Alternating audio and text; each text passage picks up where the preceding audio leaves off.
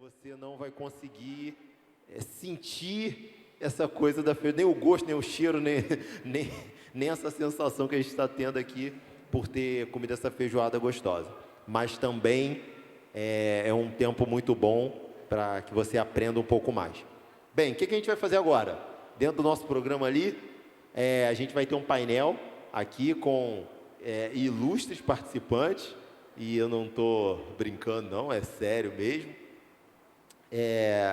E eu também já agradeço aos participantes que puderam estar conosco aqui. Eu não estou vendo o pastor, acho que... Não, o pastor. Cadê o pastor? Ah, deve ter ido lá. Mas tudo bem, ele está ligado que a gente vai começar. Mas antes eu queria, antes de tudo, chamar o pastor Washington. O pastor Washington puder dar uma palavra. E também orar pelo nosso evento de hoje. Mais uma vez, não posso deixar de dizer, a vontade desse evento foi minha, mas o ímpeto foi do pastor Washington. Ele tem mais, como ele diz, né? Falou vamos. Então ele falou, vai fazer um evento. Eu falei, tá bom, eu obedeço. Pastor, fica à vontade. Nós sempre temos essas datas importantes e às vezes elas passam de largo dos nossos olhos. Existem datas que a sociedade viveria muito bem sem elas, não é verdade? Mas existem datas que fazem parte da nossa cidadania. E essas a gente tem que valorizar. E aí lá atrás eu disse para o Tiago, no dia da Consciência Negra vamos fazer um evento. E esse evento é justamente para que a gente faça uma reflexão sobre um tema que é abordado com muitas vertentes aí, e às vezes algumas delas completamente inúteis para a gente. E aí nós topamos, estamos aqui hoje. E eu quero crer que a gente vai aprender muito. Temos um chão muito longo pela frente. Um tema que eu gosto é o tema de política. Eu não gosto de política ideológica, mas gosto de política. Estudei política, fiz mestrado em filosofia política na Gama Filho. E, para mim, o ser humano é um animal político. Não é isso que diz lá a teoria da política? E a gente vai andar por esse caminho para quê? Para que nós cresçamos. Cresçamos em sabedoria, em informação, em direito e em cidadania também. Senhor, muito obrigado por essa tarde. Que seja hoje uma data muito especial para todos nós. É a oração que fazemos em nome de Jesus. Amém. Amém. Eu queria pedir o Rafael. Rafael, me ajuda aqui, chama o pastor. Você conseguir? Ele deve estar com a filha dele lá na salinha, que eu fiz apesar de ter filho, mais ou menos da idade da filha dele, eu fiz uma besteira, né? Ele chegou, eu falei assim, o senhor quer ir com a sua filha lá na salinha das crianças? Aí a criança ouviu e pronto, deu aquele choro que vocês viram ali, né?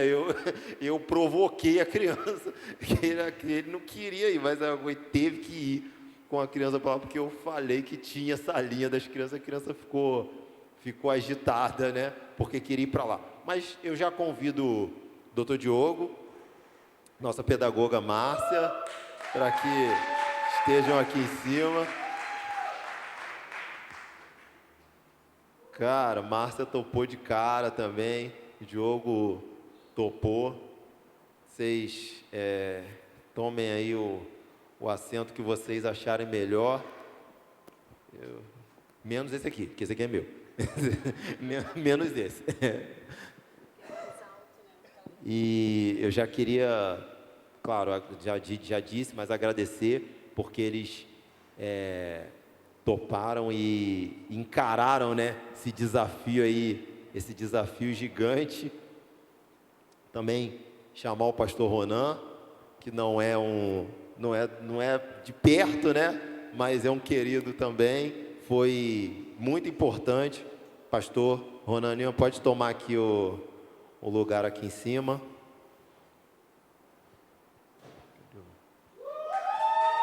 Ah, você não... Acho que gastou da outra vez. Trouxe livro, pastor? Mais um só? Ah, tá. Sentou aqui. Um só não, pastor. que senão já ia dar briga, que eu sei que mais eu quero, né? Então vai ter mais gente que vai querer. Obrigado a todos vocês por estarem aqui. E o nosso programa é Cidadania Carioca. Olha só, Cidadania Carioca é o tema, sabe? A gente espera, em nome de Jesus, né, pastor, que nós tenhamos outras programações de cidadania aqui. Hoje é Cidadania Carioca, Dia da Consciência Negra. Mas já disseram assim, poxa, a gente pode falar do tema da adoção. Esse tema é muito legal. Eu pedi, né, que dessem opinião. Então, hoje é Cidadania Carioca, Dia da Consciência Negra, e a gente vai seguir aqui com caminhos para uma cidadania plena. Caminhos para uma cidadania plena. E eu, desde já convoco aqui o Dr. Diogo. Quem acha que ele parece comigo? Só a Vanessa, né? Mais ou menos ali, né? Mas o Dr. Diogo é meu irmão, né? Para quem não conhece. E eu já convoco o Diogo para se apresentar e falar o que ele pensa sobre caminho, né? Qual o caminho que a gente pode seguir para alcançar a cidadania pelo direito. Visto que é um advogado, é um palestrante, mas ele vai se apresentar melhor. Boa tarde a todos. Quero agradecer à Igreja Batista Carioca aí pelo convite, o pastor, meu querido e amado irmão. Para quem nunca me ouviu falar sobre isso, meu irmão e meu pai são meus dois grandes ídolos, né? Eu falo em todos os lugares que eu vou falar sobre negro, sobre cidadania, eu costumo falar que eu não acredito em heróis que não sejam humanos, nem de carne e osso. Então, os meus dois heróis são meu pai, Emilson, e meu irmão, que eu, com toda sinceridade, se eu chegar a 20%, 30% da sabedoria que meu irmão tem, eu já fui muito mais longe do que eu imaginava que eu iria. Mas meu nome é Diogo Coelho, sou advogado há 15 anos, há mais ou menos 5 ou 6 anos fundei o meu próprio escritório, Diogo Coelho Advocacia, hoje que é um escritório especializado em direito bancário para o consumidor.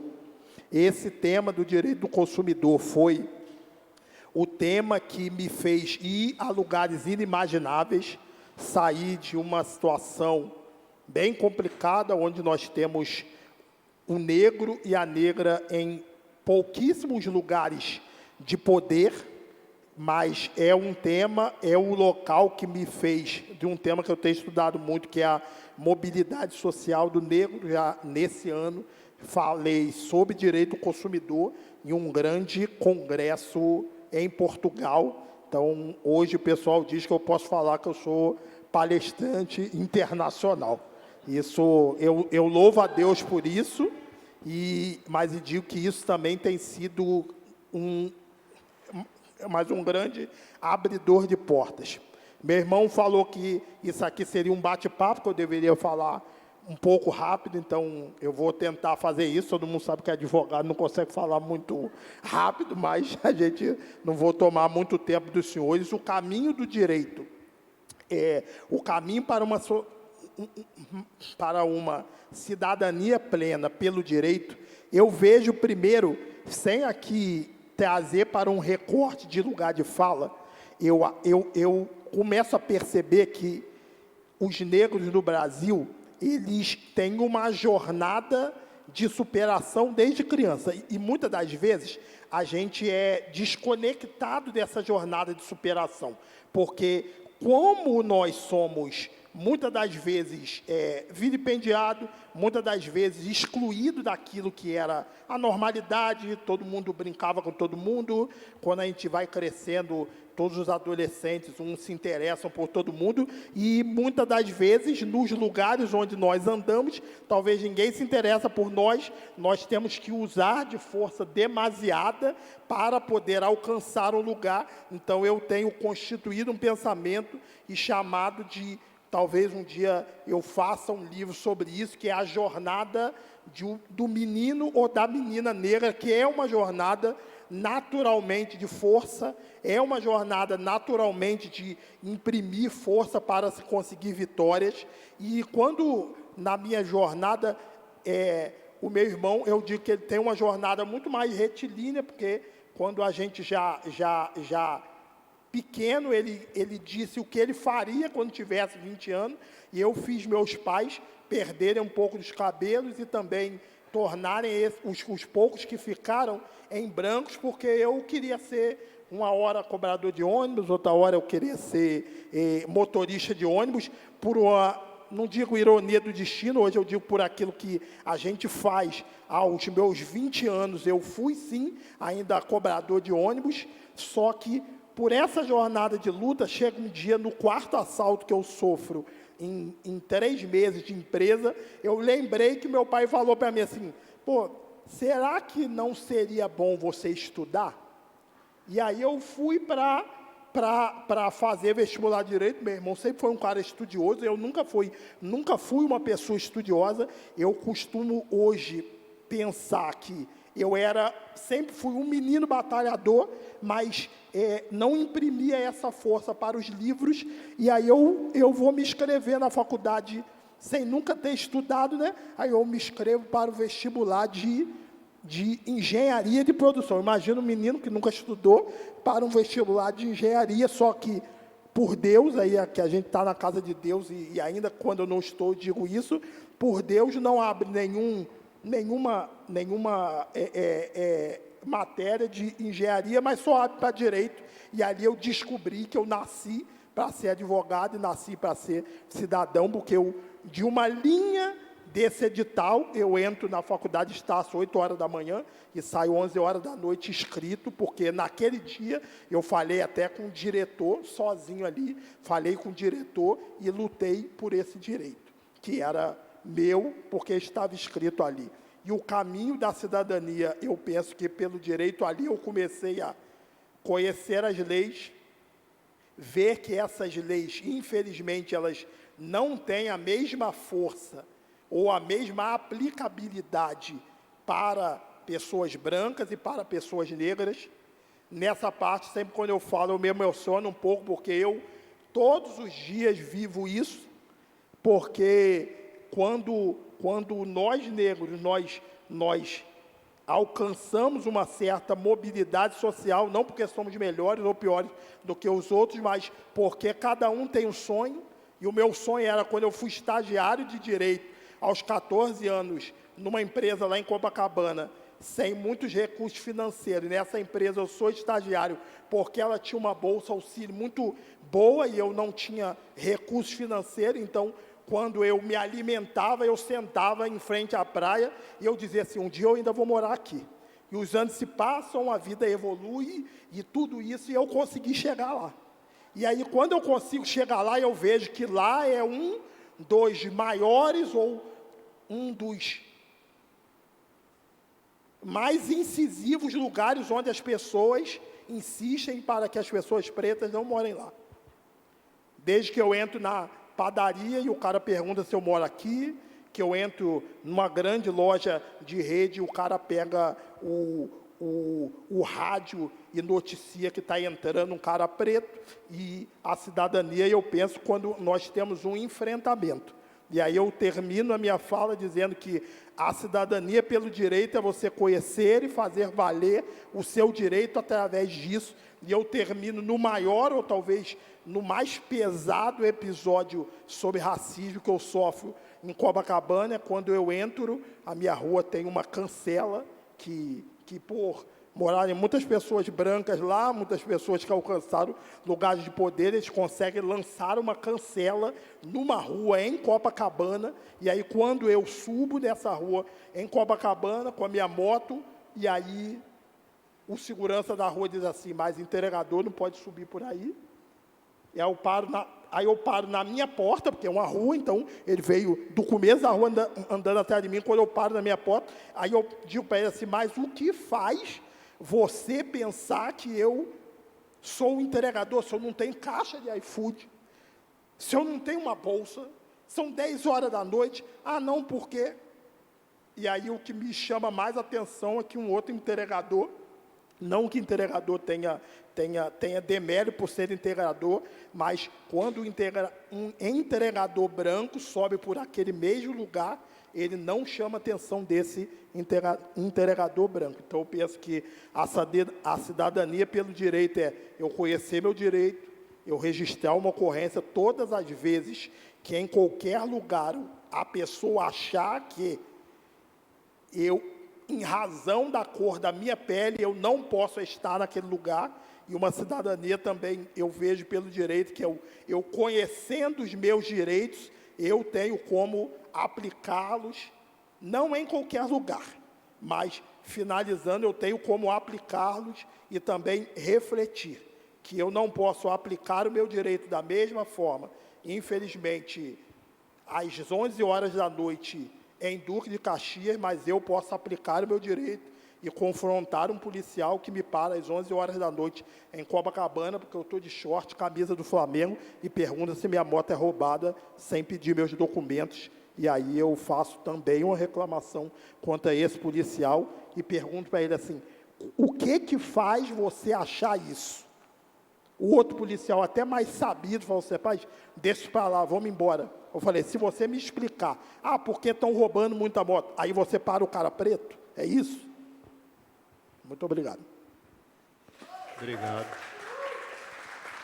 Obrigado, Diogo.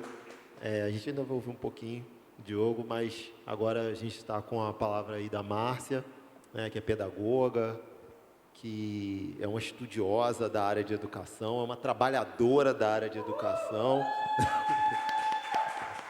é membro da nossa igreja e vai dar para a gente aí a visão dela sobre o caminho, né, para uma cidadania plena pela educação. E vai se apresentar também, né, melhor. Boa tarde. Nem preciso me apresentar muito, né? Mas meu nome é Márcia, eu sou professora da rede municipal, sou formada em pedagogia pela UERJ, tenho pós-graduação em psicopedagogia e gestão escolar e sou mestranda pela UFRJ em educação, gestão e difusão em ciências. Eu estou na rede municipal há 22 anos como professora, atuo hoje na formação de professores, alfabetizadores, na 11ª CRE, e trabalho também como professora orientadora do Programa de Educação de Jovens e Adultos, numa escola aqui em Piedade. Então, a partir desse histórico, né, a gente é convidado a pensar sobre caminhos através da educação. E aí a minha proposta é a gente pensar em como propor a educação antirracista. Como é que a educação antirracista se estabelece, como é que a gente pode colaborar para que ela se fundamente nos nossos espaços, né? Pensando na educação não só formal, nessa educação que acontece no espaço da escola, mas uma educação que acontece em todos os outros espaços possíveis de aprendizagem. E isso também se constitui num espaço como a escola, como a igreja, né? E a gente pensar como é que a gente pode colaborar para isso. E, para o início, eu pensei um montão de coisa para a gente bater um papo, mas eu sei que o tempo não me permite. E aí, a hora que eu avançar, você me avisa, tá bom? E aí, a gente vai pensar, para começar esse papo, que a educação, combater o racismo, é lei. Não é mais uma questão de eu faço se eu quiser, de opção da rede, de opção do professor, de opção dos pais. A educação formal dentro da escola, incluir e combater o racismo, é lei. Então, nós estamos, esse ano, fazendo 20 anos de comemoração da Lei 10.639/03. Essa lei, ela vai alterar a LDB. A LDB é a Lei de Diretrizes e Bases da Educação Nacional. E ela vai, então, tornar obrigatória a inserção, a inclusão no currículo da rede de ensino particular e pública da temática História e Cultura Afro-Brasileira. E no primeiro parágrafo dessa lei vai dizer que a luta tem que incluir a luta dos negros no Brasil, a cultura negra brasileira e o negro na formação da sociedade, resgatando a contribuição do povo negro nas áreas sociais, econômica e política. Então, ela propõe quebrar, né, aquele paradigma só de mostrar o negro no contexto da escravidão. Essa lei se propõe a trazer um novo olhar sobre a contribuição do negro, a história do negro dentro da história do Brasil. E também em 2008, nós temos a Lei 11.645/08, que vai trazer a obrigatoriedade da inclusão da temática dos povos originários. Então, essas duas leis, elas são muito importantes para o combate ao racismo e para tornar a nossa educação uma educação antirracista, né? E aí a gente vai pensar o que é uma educação antirracista. E aí eu trouxe uma definição para a gente, que é uma definição do Centro de Referência de Educação Integral, que diz assim: educação antirracista é aquela que combate ativamente toda e qualquer expressão de racismo na escola e no território, reconhece e valoriza as várias contribuições passadas e atuais em todas as áreas do conhecimento humano, dos africanos e de afro-brasileiros no Brasil e no mundo. Então, a educação antirracista, ela vai combater o racismo. Mas, para a gente começar o papo, a gente tem que pensar, o Brasil é racista? Quem acha que o Brasil é racista? Muito bem. Então, para combater o racismo, nós temos que reconhecer que o nosso país é um país racista, não é? Como na Covid, tinham a certeza que existia a doença da Covid. Para isso, tiveram ações de combate à Covid, fizemos vacina de combate à Covid, porque a Covid era uma realidade no Brasil e no mundo. E assim, para que a educação se constitua na possibilidade de ser uma educação antirracista, a gente precisa reconhecer que o racismo existe e que ele está entranhado na estrutura da sociedade brasileira. Sabe? Não é uma coisa só eu e você, ela está entranhada na estrutura da educação, da nossa educação, da nossa sociedade.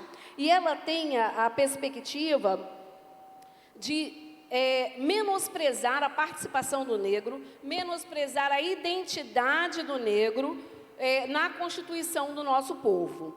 E aí a gente vai pensar o seguinte, que como é que esse processo acontece no Brasil? A partir do momento da escravidão, né? No momento que o povo é escravizado, perde o seu nome, perde a sua identidade, essa pessoa negra que chega aqui, ela é retirada da sua família, o seu corpo é violentado. Todas essas ações, elas contribuem para a dominação do povo e para fazer com que esse povo se submetesse àquilo tudo que eles precisavam que o povo se submetesse. E esse pensamento de desvalorização do povo negro, ele vai ser entranhado também na escola. Porque a escola, ela é uma instituição que ela vai perpetuar os valores da sociedade. Ela vai, de um jeito ou de outro, dizer para você qual é o teu lugar na sociedade, né? E aí a escola vai corroborar, infelizmente, para isso. E aí, qual é a história que é contada na escola a respeito do povo negro? É sempre uma história vinculada ao sofrimento da escravidão. É só isso, não é? Como se só isso aconteceu com o povo, que nenhuma outra contribuição foi acrescentada no povo. Depois a gente vai caminhando ao longo da história da escola, para a gente não se delongar muito. Ao longo da história da educação, nós vamos vendo que vai trazendo a culinária, vai trazendo uma dança ou outra, né, a representação religiosa, essas coisas vão trazendo. Mas, de qualquer forma, ainda há uma incisiva representatividade de negação dessa identidade, de menosprezo dessa identidade. E aí vai criminalizando as lideranças, né, e destruindo qualquer fagulha de liberdade e de desumanizar esse negro. E esse processo de destruição da identidade negra, ela vai prosseguir da abolição, né, sem nenhum direito básico de subsistência, que esse negro é abolido, e vai continuar até a marginalidade do dia que nós vivemos hoje, que ainda é considerado como o povo que está à margem, né, a sua grande maioria, à margem da sociedade. E aí, essas deturpadas noções a respeito do continente africano, né, como um lugar de atraso, de pessoas primitivas, destituídas de conhecimento, constituem uma narrativa que enfatiza uma visão que é europeia, né? A visão colonizadora de que o povo que veio para cá é menos capaz. Esse povo é menos capaz. E aí, esses conceitos vão sendo entranhados na cultura da sociedade.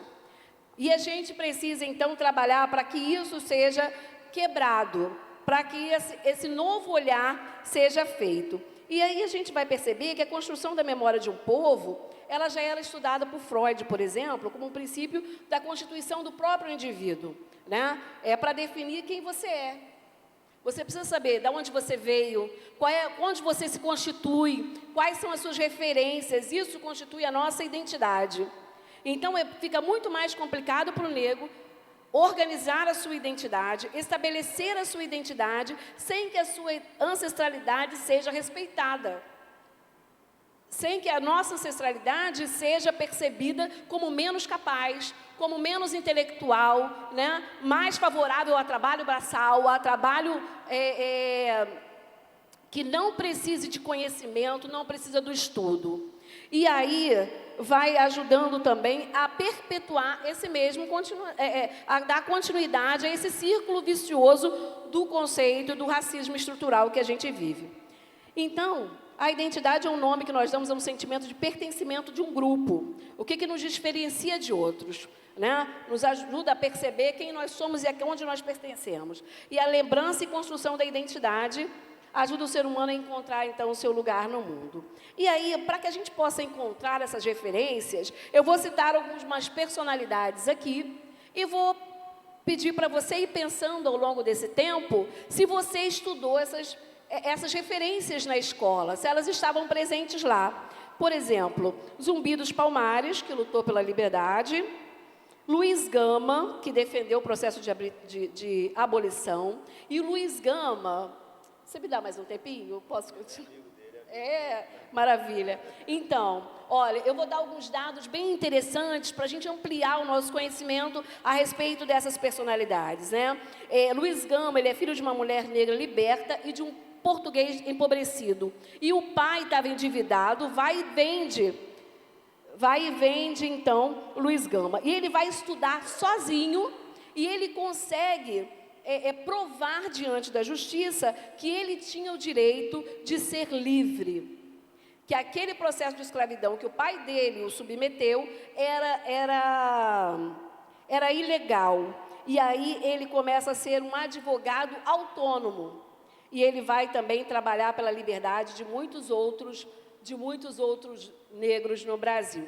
Mais de 500 negros são ali ajudados pelo Luiz Gama para que sejam libertos através da Lei Feijó.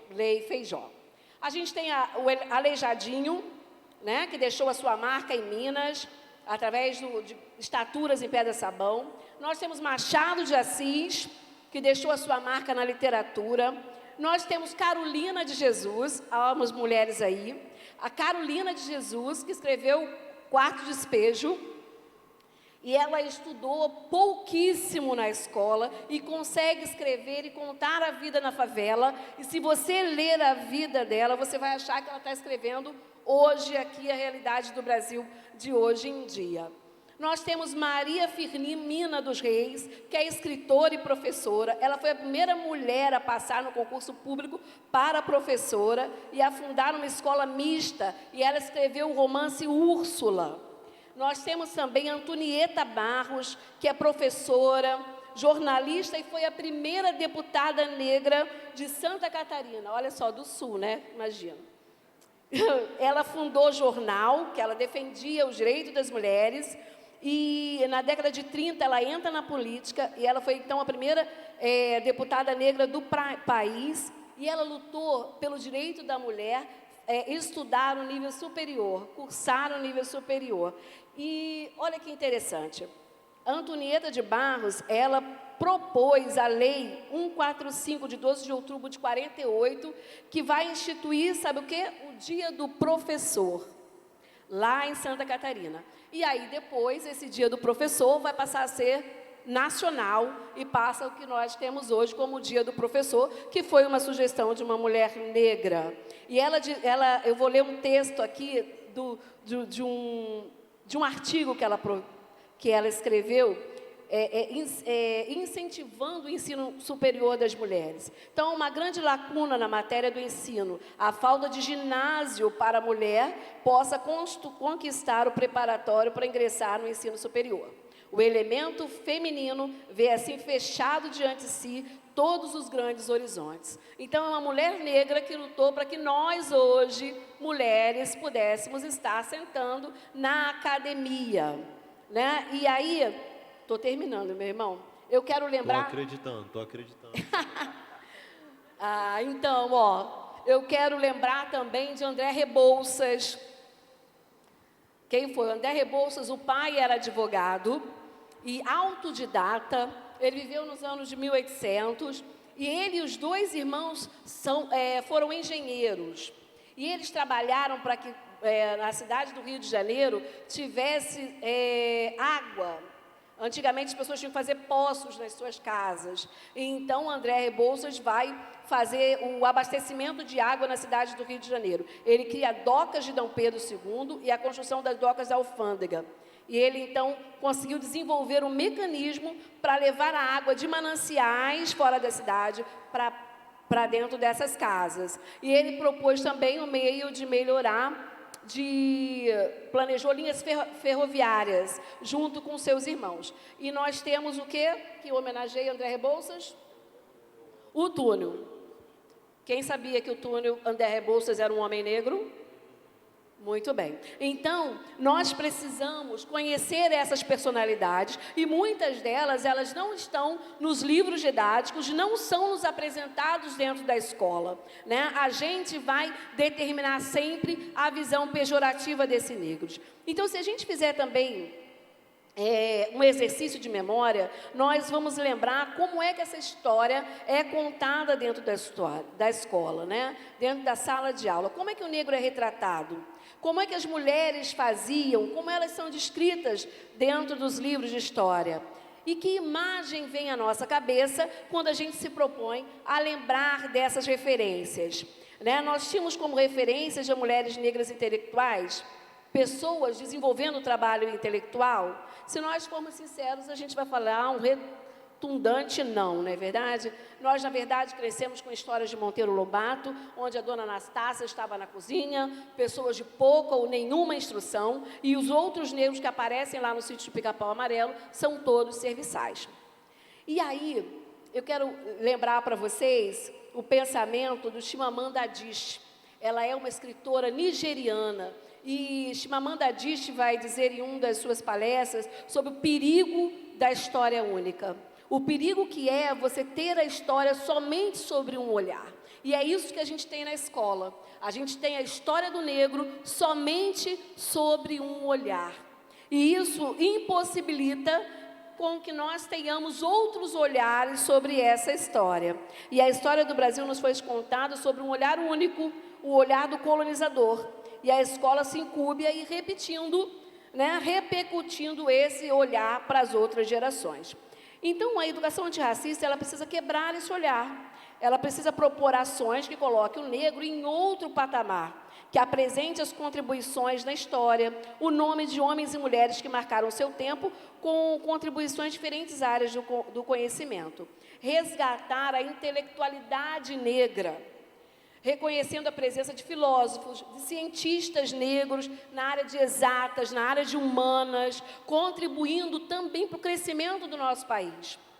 E aí, queridos, eu vou lembrar do doutor Silvio Almeida, que é o nosso ministro das Relações Humanas. Ele relatou em uma das suas entrevistas que ele tomou consciência de que ele era negro. Onde? Na escola. Num dia de frio, onde todos os seus colegas estavam com gorro, ele foi com gorro também e chegou na sala de aula com aquele gorro. A professora retira o gorro da cabeça dele e fala assim: olha, você não pode usar isso, porque senão você vai parecer um bandido. Então, toda criança negra tem uma história de racismo que, infelizmente, aconteceu dentro da escola. O racismo, ele é uma violência que gruda na alma da gente, marca.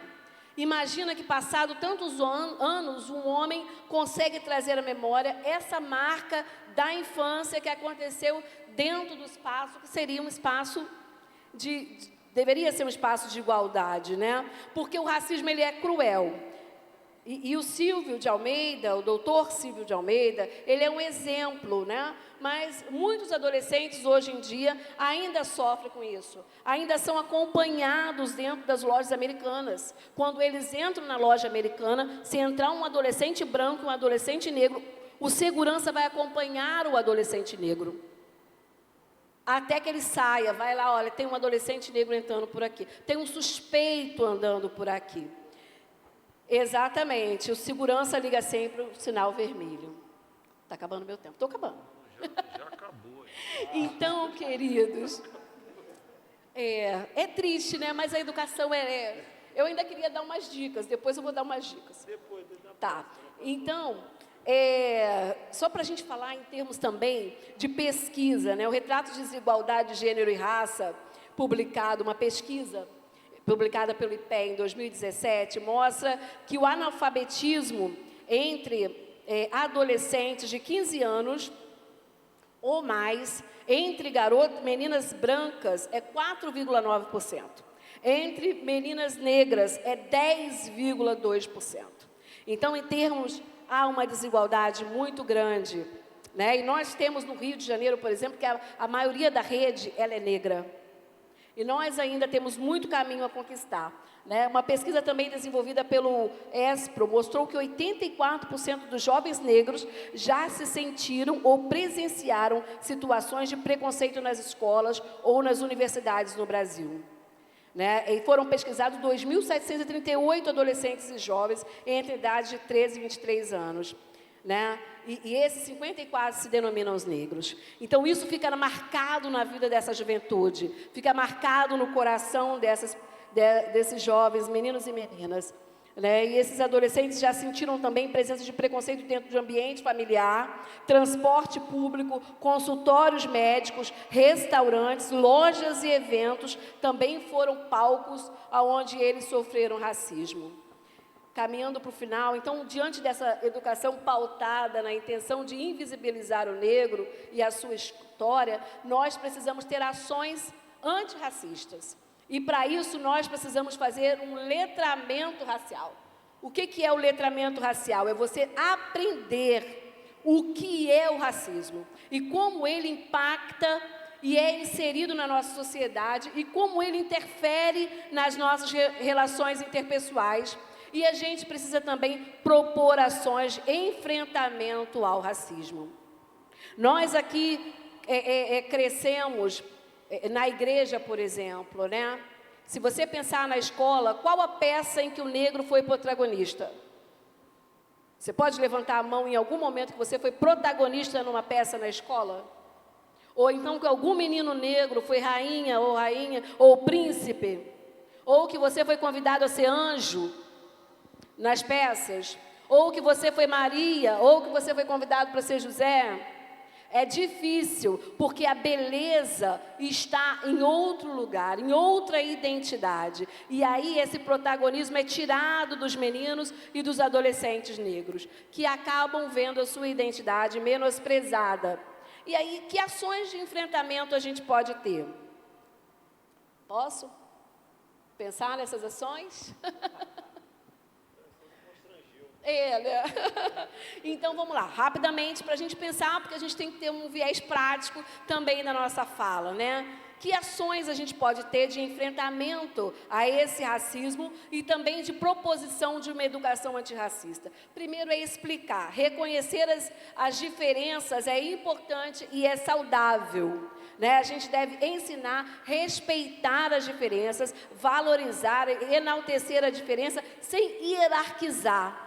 Sem você dizer que isso é mais bonito, aquilo é menos bonito, aquilo é mais aceitável, é mais arrumado, cabe mais ou não cabe menos. Então, sem hierarquizar, a gente explicar as diferenças, porque é normal ser diferente, é bonito ser diferente, nós somos diferentes.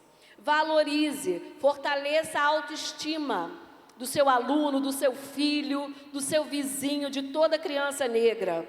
né? Elogie o cabelo, a roupa, a capacidade dele de fazer qualquer coisa. Mexa com a capacidade dessa criança, desse adolescente se sentir capaz de se estabelecer. Ofereça referenciais, como eu citei aqui vários referenciais. Então, ofereça referenciais, insira músicas, histórias, filmes, desenhos, livros com personagens que o protagonista seja negro. Ofereça brinquedos que fuja também do padrão do embranquecimento, para que a criança negra se veja representada naquele lugar, no lugar da princesa, no lugar do rei, no lugar do herói, no lugar daquele que salva, né, daquele que constrói. Então, a gente precisa oferecer referências. Dê exemplo. O cotidiano, a gente precisa repensar e retirar das nossas falas racistas do nosso vocabulário. Não é fácil, porque a gente cresceu em outro contexto. Então, às vezes, escapole uma expressão, escapole uma ideia equivocada racialmente. Mas a gente tem que se policiar e se permitir mudar de comportamento. Como é que a gente faz isso? Lendo, conversando, como espaços como esses, onde a gente vai refletir que não cabe mais a gente manter um vocabulário, uma expressão, uma mentalidade racista no nosso meio. Acabando. Empodere. A pessoa sofreu uma situação de racismo, acolha, abrace, não menospreze, porque o racismo, ele dói na alma. Então, não menospreze, não diminua aquela situação. Acolha, abrace, escute essa criança, esse adolescente, essa vítima de discriminação racial e denuncie, porque é crime. Não é isso, doutor? Fale. Então, sexta dica, fale, diante de uma situação racista, se posicione. A gente tem que se posicionar, porque é didático. A gente se posicionar é didático. A gente se posiciona com respeito, com amor, mas o coleguinha precisa entender que aquela fala não cabe, que aquela fala é racista, sabe? É capacitista, não cabe mais. Então, fale sobre isso, se posicione para você ajudar o outro a perceber que ele está equivocado na sua fala. E, se for preciso, busque ajuda.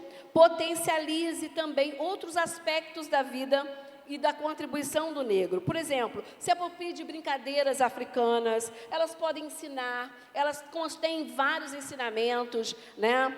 Jogos, músicas, jogos que ajudam na matemática, jogos africanos, a trança, quantas figuras geométricas são feitas nessas tranças dessas meninas que você vê por aí. Eu tento trançar o cabelo das minhas filhas e a Manoele fala assim, mãe, não tem, qual é a palavra? Simetria. As minhas tranças não têm simetria. E é verdade, né? Eu não tenho a habilidade de uma trancista, que é capaz de fazer triângulos e formas geométricas naquelas tranças e que você pode levar isso para a sala de aula para estudar matemática. Você pode levar uma dança, uma brincadeira africana para ensinar uma série de outros valores, como o círculo, né? Que é tão importante, que é um hábito da cultura africana, é fazer o círculo. E o círculo quebra a hierarquia. A gente fica do mesmo lado, né? Uma hora eu estou aqui, outra hora você está lá. Há uma circularidade, onde as pessoas podem, então, se respeitar também. Então, traga essas referências, né? Faça releituras de músicas, aonde o negro é retratado como escravo. Releia, né? Teve um dia que a gente fez a professora pegou aquela música Escravo de Jó e botou Guerreiros de Jó, porque não precisa ser a referência do negro só como escravizado, né? Eram guerreiros também que chegaram até ali. Então, hoje, para finalizar, realmente agora, nós somos, pelo IBGE, 56% da população brasileira. Nós já somos a maioria. Então, nós precisamos nos posicionar. Nós precisamos entender a educação como veículo de mobilidade social. É na educação, como o pai dele sabiamente o orientou, que a gente muda essa roda. E a educação não pode ser uma educação que se contenha em reprodução dos aspectos racistas. Precisa ser uma educação que quebre com essa hegemonia que então se proponha como uma educação antirracista. E aí, para eu terminar a minha fala, eu vou ler aqui uma parte da deputada, né, Antônia de Barros, e ela vai dizer assim, ó: educar é ensinar os outros a viver, é iluminar caminhos alheios, é amparar debilitados, é transformando-os em fortes, é mostrar as veredas, é apontar as escaladas, possibilitando avançar sem muletas e sem tropeços, é transportar as almas que o Senhor nos confiou à força insuperável da fé. Então, esse é parte do discurso. Muito obrigada.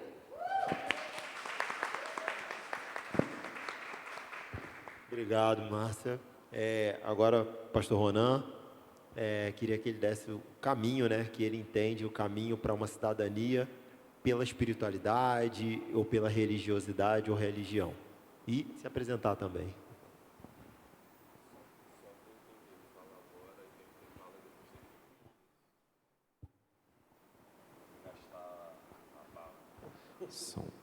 Olá, gente, boa tarde.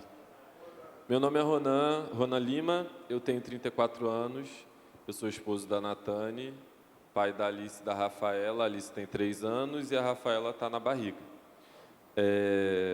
Se Deus quiser e assim permitir, nasce em fevereiro. Eu sou formado em publicidade e teologia, tenho mestrado pela PUC-Rio em teologia sistemático-pastoral, e o meu mestrado, ele teve como foco, eu estudei teologia negra e as suas implicações pastorais no Brasil. Esse mestrado, nesse ano, se tornou um livro, que é o Surgimento das Afropastorais. Trouxe alguns exemplares para quem quiser adquirir, mas eu não vim vender livro, eu vim falar sobre esse processo, né? Mas por que eu estou falando do livro e começo falando sobre esse histórico? Não somente para me apresentar, mas porque tudo isso me faz chegar até aqui, me faz ter propriedade para falar sobre esse assunto a partir do viés da espiritualidade / religião. Porque enquanto pessoas negras no Brasil, nós ainda estamos num limbo muito grande em relação a diversas coisas. Tudo isso que já foi falado aqui, obrigado. Tudo isso que já foi falado aqui pelos meus colegas de mesa é muito recente na nossa memória. Por exemplo, o que a Márcia falou, né, dos personagens que a Márcia falou, das personalidades, eu só lembro de ter estudado na escola Aleijadinho e Machado de Assis, mas eles não nos foram apresentados como pessoas negras, né? Inclusive, o TCC da Natane fala sobre isso, porque ela é formada em literatura e ela falou sobre isso. Então, como é muito recente, ainda mexe com muita coisa. E falar sobre essa cidadania, esse caminho da cidadania pela espiritualidade, pela religião, eu não posso deixar de dizer o quanto é desafiador para a gente estar fazendo esse espaço. O quanto é desafiador para a gente estar falando sobre isso nesse espaço eclesiástico. Particularmente, eu já pude falar na OAB, já pude falar em escolas, mas pude falar em igrejas também, mas não o quanto eu gostaria, porque eu sou pastor. E meu caminho sempre vai ser por esse. Mas como eu falei que nós estamos vivendo num limbo enquanto pessoas negras, é porque enquanto pessoas negras cristãs, nós somos duplamente invisibilizados, porque ainda tem muita gente que acredita que o fato de sermos negros não nos dá o direito de sermos cristãos. E a mesma coisa, o fato de sermos cristãos, nós já somos enviesados para uma não negritude. Então, estar aqui nesse espaço, criar esse espaço para que isso seja falado, é um louvor e honra ao nosso Deus, por entender que Ele nos criou, Ele nos formou, Ele nos regenerou e Ele nos traz de volta à existência completa, onde nós nos enxergamos como pessoas completas e não mais como pessoas partidas. Eu costumo dizer que eu tive 3 nascimentos. O primeiro foi dia 27 de maio de 1989, no qual minha mãe teve 12 horas de parto. Coitada, né? Acho que foram mais de 12 horas, inclusive, mas enfim. O segundo foi no dia 31 de dezembro de 2000, quando eu passei pelas águas, na primeira igreja batista em Anchieta. E o terceiro foi no ano de 2014 e vai acontecendo até hoje, a partir do momento que eu me descubro enquanto homem negro. E como que eu me descubro enquanto homem negro? Comecei a deixar a barba crescer e eu começo a ouvir, mas essa barba de mendigo aí, quando que você tira? Quando que você lava? Aí eu tirava, porque quando você começa a deixar a barba crescer, incomoda um pouco, né? E aí eu tirava e quando... agora sim. E naquele momento você começa a sentir pela dor o que é esse sistema destrutivo de uma população inteira, que é o racismo. E eu ouvi essas frases dentro da igreja, óbvio, porque eu sou rato de igreja desde criança. Eu trabalhei na Convenção Batista Brasileira, eu trabalhei na Convenção Batista Carioca, eu fui executivo da Juventude Batista Carioca, então a minha história está muito atrelada com a espiritualidade / religião. Então tem uma coisa, um traço da minha personalidade que eu nunca tive dúvidas, é que eu sou crente. Glória a Deus. Então isso eu nunca tive dúvida. Até quando eu tive dúvida, eu tinha certeza de que aquela dúvida ia passar. Sabe quando você fala, será? Não, para com isso, Ronan. Porque você sabe quem você é. Mas eu tinha muitas dúvidas de quem eu era enquanto pessoa negra. Porque na minha certidão está escrito pardo, e ao longo da minha vida, da minha trajetória, eu fui um adolescente de autoestima baixa, por motivos óbvios, e eu era muito feinho também, tadinho. Desprovido, coitado. Mas o interior, ele afeta o exterior. E quando você começa a se entender e a valorizar quem você é, isso se exterioriza de tal maneira que você se sente potencializado e potente em todo lugar que você está. Mas é interessante, falando um pouco sobre esse caminho, que a igreja foi o meu refúgio, mesmo eu não sabendo que tudo aquilo que eu estava sentindo tinha a ver com a questão racial. Porque na igreja eu era gente, na igreja eu era líder, na igreja eu não era Jesus, só quando apagava a luz, literalmente. Mas eu tinha possibilidades. Na igreja eu preguei aos 16 anos, pela primeira vez. Na igreja eu dirigia culto, na igreja eu fazia parte do louvor. Eu comecei a fazer parte do louvor do finado retroprojetor. Então, a igreja me trouxe uma existência, assim como traz existência para muitas pessoas negras até hoje no nosso país.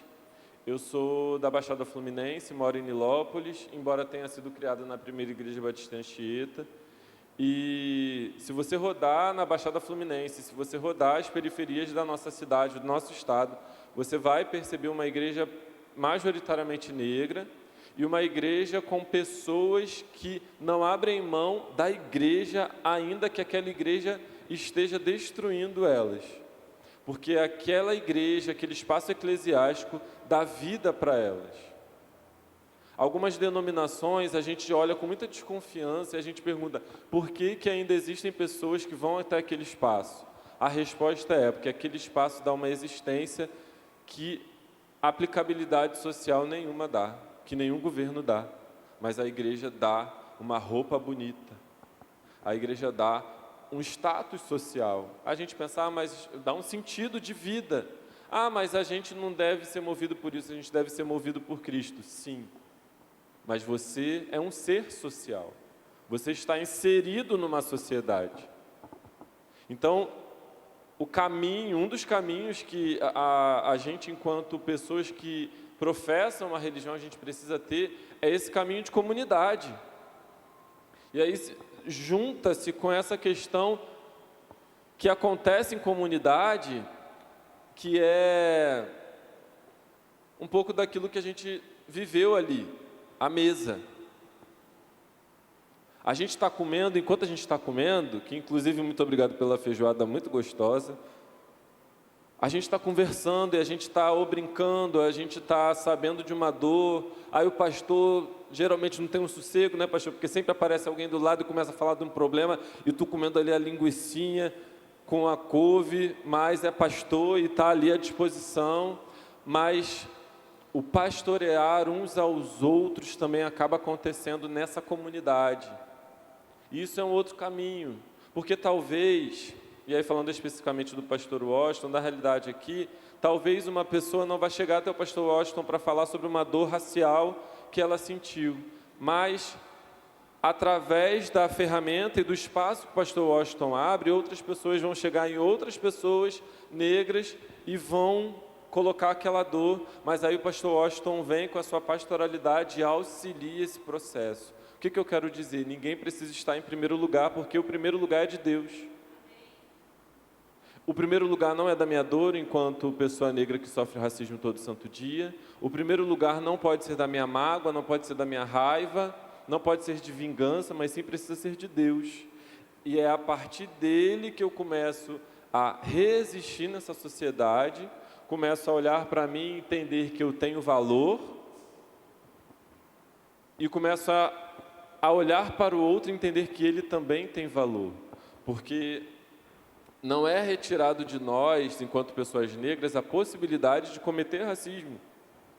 Justamente porque nós vivemos numa sociedade que normalizou e normatizou o demérito de uma pessoa devido às suas características, devido à sua posição social, devido ao seu lugar de origem.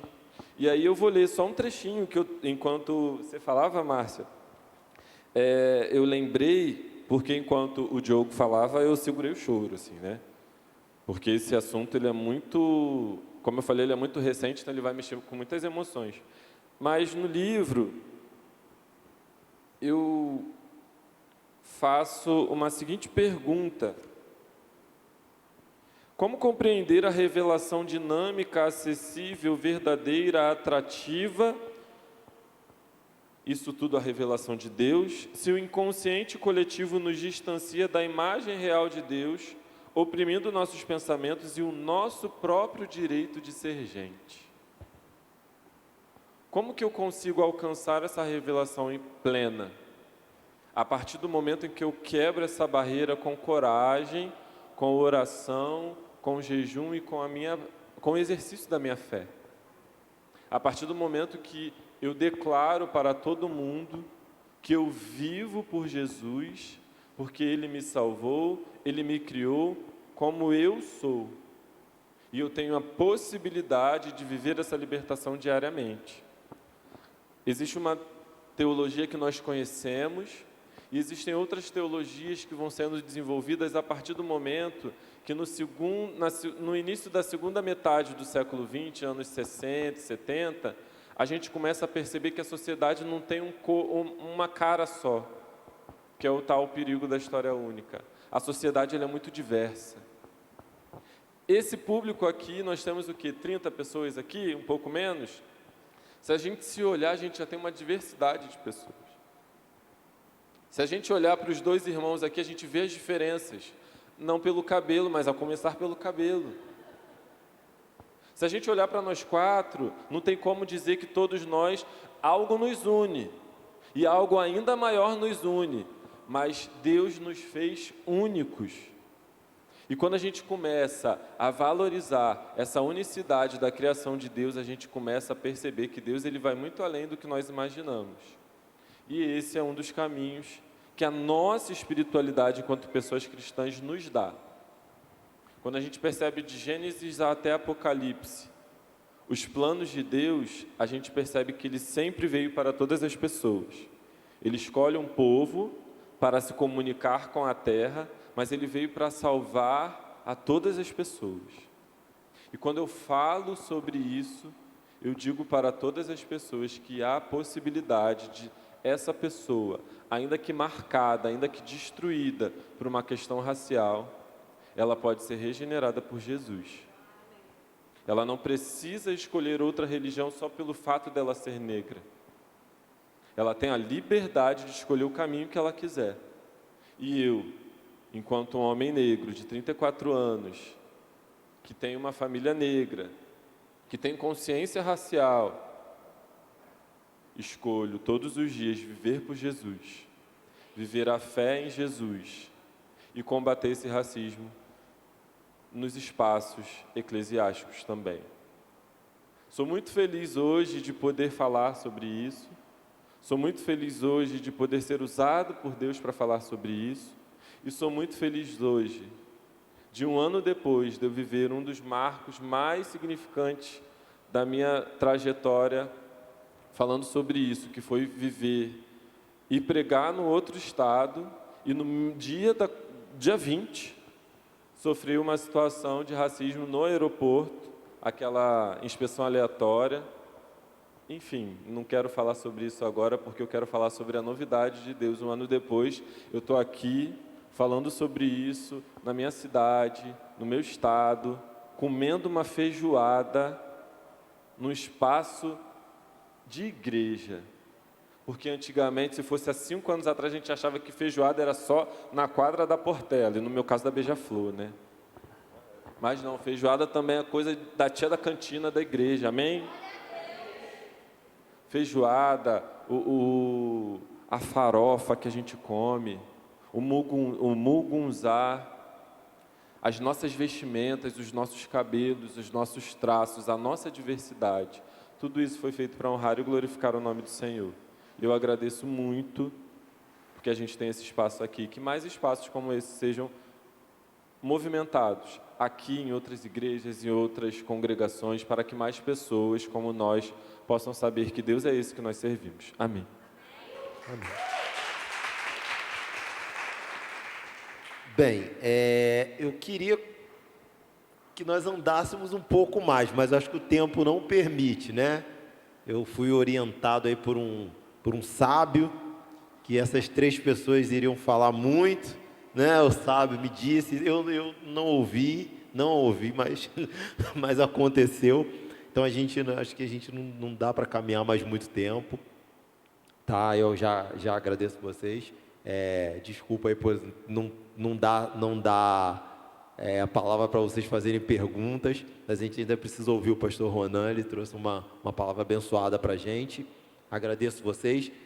Dou aí 1 minuto para vocês fazerem algum tipo de consideração, alguma coisa que vocês queiram falar, ou fazer algum convite para algum evento que vocês queiram realizar, ou vender um livro, ou falar de alguma palestra que vocês vão dar. E vocês têm aí 1 minuto e meio.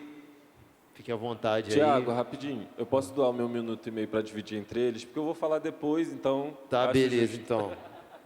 Tá bom, obrigado, pastor. Mas eu não vou dar muito tempo para vocês não, senão vocês vão ficar... Pastor deu dele, eu peguei, tá? Obrigado, tá? Fica à vontade, pastor. Eu quero dizer da minha enorme gratidão, né? Todo mundo sabe que esse negócio de irmão sempre tem um faz uma covardia com outro irmão. Quero revelar dessa covardia, porque meu irmão não me disse que 2 grandes nomes estariam aqui para falar depois de mim, que senão eu teria estudado mais, teria falado algo mais profundo, mas eu acho que Deus tem preparado isso na minha vida, né? Eu quero dizer que é com enorme gratidão que eu estou aqui, com enorme gratidão de falar diante de pessoas tão especiais, mas o pastor falou, né? Infelizmente, a gente não tem muito espaço para falar disso em igrejas, né? Mas eu creio que a gente possa ter lugares mais excelentes, ou espaços mais excelentes para falar sobre isso. E que eu quero deixar para vocês aqui uma palavra que, ainda como pessoas negras, ainda que os nossos corpos e as nossas almas estão atravessadas por esse racismo que ele se perpetua, ainda que tenhamos que sair das nossas casas todos os dias armados por causa de um suposto racismo ou por algo que vai acontecer, ainda que a gente não possa sair da nossa casa livre, solto, sem esperar que que sofreremos algum embate, ainda que todas essas coisas aconteçam. Eu quero, ainda que eu estou aqui para falar sobre direito, mas também na minha congregação estou lá como diácono, eu quero deixar aqui para os irmãos que o nosso Deus é um Deus de todas as coisas.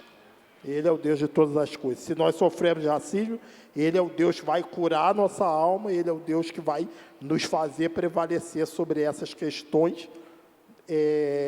Eu venho aqui muito alegremente, porque esse tema é um tema que eu gosto de falar, me descobri negro também há pouco tempo, não digo que, acho que até depois do pastor, acho que eu me descobri negro há, sei lá, 2, 3 anos, aí que eu venho me debruçando e buscando mais e mais aprender. Espero que posso ter contribuído de alguma forma com a vida dos irmãos e dizer que desistir nunca foi uma opção para nós e nunca será uma opção. Muito obrigado.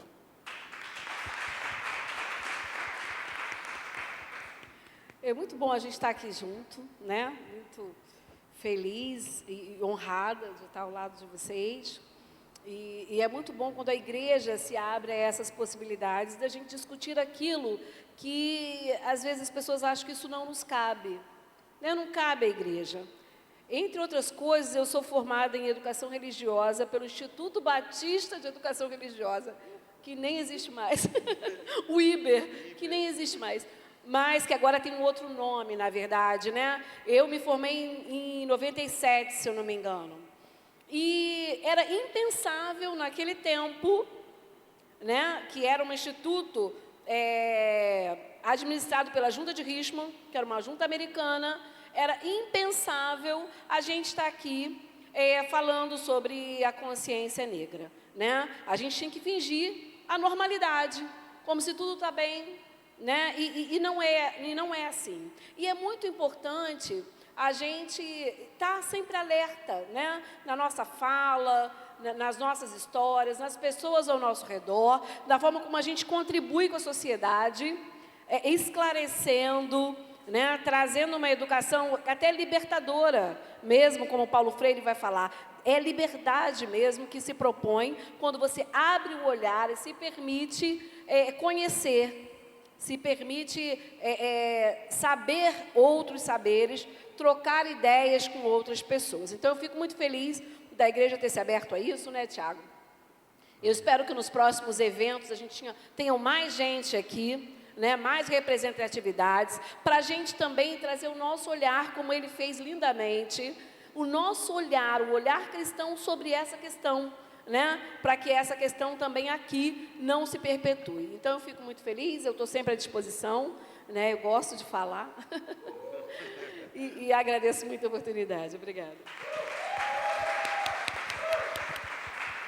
Olha, parabéns a vocês. Eu queria só 20 segundos só para vender meu jabá aqui. Quem quiser, me segue lá, Diogo Coelho, Advocacia. Também quero pedir as orações dos irmãos. Na próxima quinta-feira, vou falar lá na OAB da Barra, a Casa dos Brancos. Então, provavelmente seja eu. No meu painel, eu já sou o único negro, né? Tem grandes nomes lá. Então, estarei lá quinta-feira para falar sobre nichos da advocacia. E quem quiser vai acompanhando aí pelo YouTube, mas não deixem de fazer orações também. Falar na Casa dos Brancos é sempre especial, mas sempre um pouco mais difícil. Muito obrigado. Parabéns a vocês pelas palavras, pela discussão, pelo debate, por levantar. Eu espero que vocês tenham... Opa, pastor... o pastor... um presente. Eu tenho. Isso. A Bíblia e a África, do pastor Carlos Boaventura. Não sei se vocês já têm. Poxa, que maneiro. Tá, aí podem ficar de pé. Eu posso orar por vocês? Então, né? Se puder, dá porque tá com o joelho meio ruim, né? Se não, pode ficar sentado. É só o joelho, né?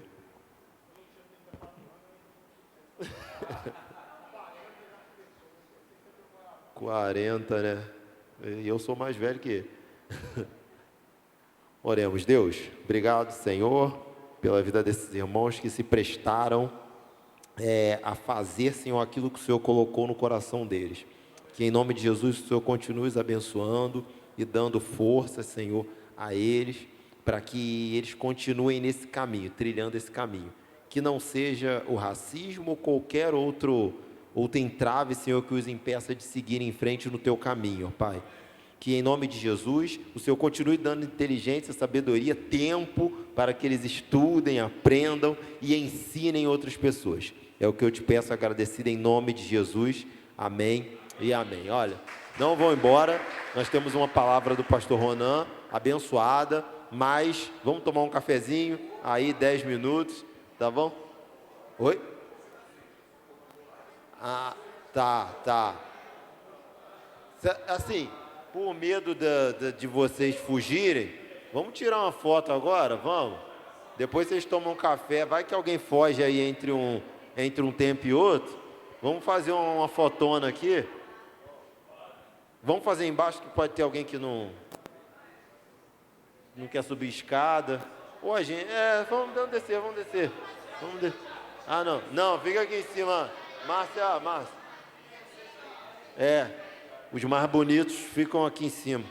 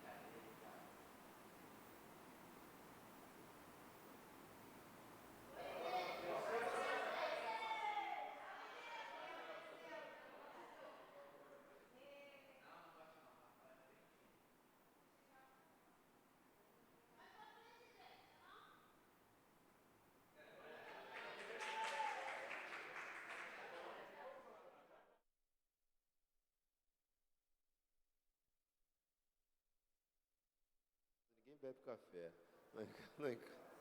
Lá em casa a gente não gosta de café.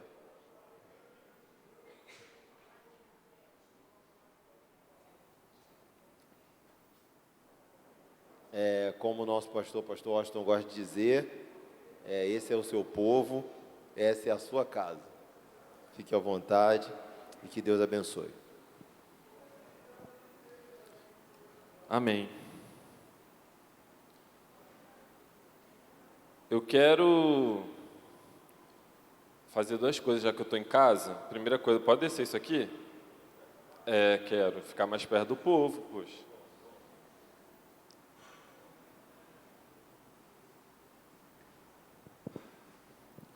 Pronto. A segunda coisa, eu vou ser bem aquele pastor chato que pede o pessoal chegar mais para frente. Vamos chegar aqui bem juntinho, porque a palavra que a gente vai falar nesse momento tem a ver com isso. Diga para a pessoa que está do seu lado. Muito espontâneo. Treinei isso a tarde toda. Brincadeira.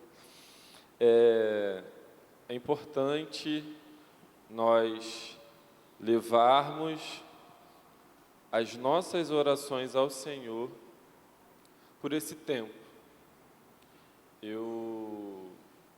Falando bem rapidamente do que me traz até aqui a continuação, do que eu falei, a pandemia, acho que ela quebrou muitas paredes, quebrou muitas bolhas e fez com que a gente conhecesse coisas que a gente não conhecia até então.